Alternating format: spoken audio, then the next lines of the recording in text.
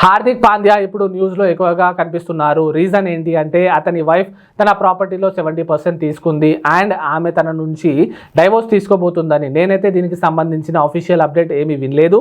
Court order అయితే చూశాను, దాంట్లో ఇట్లా రాసి ఉంది.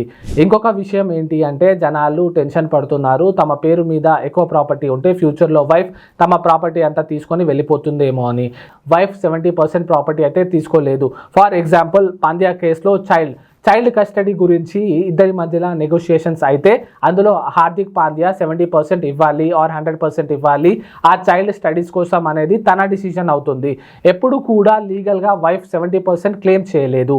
అండ్ ఇంకొక వీడియోలో మీరు చూసే ఉంటారు, అందులో పాండ్యా అంటారు, నేను నా ప్రాపర్టీస్ అంతా ఆల్రెడీ నా మదర్ నేమ్ మీద ఉంచాను, సో దట్ ఫ్యూచర్లో నేను ఒకరికి 50% షేర్ ఇవ్వాల్సి రాకుండా అని. అయితే ఒకవేళ అతను పెళ్లికి ముందే తన మదర్ పేరు మీద ప్రాపర్టీస్ కొని ఉంచితే లీగల్గా వైఫ్ దాని మీద క్లెయిమ్ చేయలేదు. నేను మీకు సజెస్ట్ చేసేది ఏంటి అంటే ప్రాపర్టీస్ అంతా మీ పేరు మీద ఉంచకండి. రేపు అన్న రోజు మీకు డివోర్స్ అయితే మీ wife total list of properties ఇచ్చేసి ఇవన్నీ ఇతని అసెట్స్, వీటికి వాల్యూ ఇంత ఉంటుంది, నాకు ఇంత అలిమనీ కావాలి అని అంటుంది. సో త్వరలోనే పెళ్లి చేసుకోబోయే మీ ఫ్రెండ్స్ అండ్ ఫ్యామిలీ మెంబర్స్కి ఈ రీల్ షేర్ చేయండి.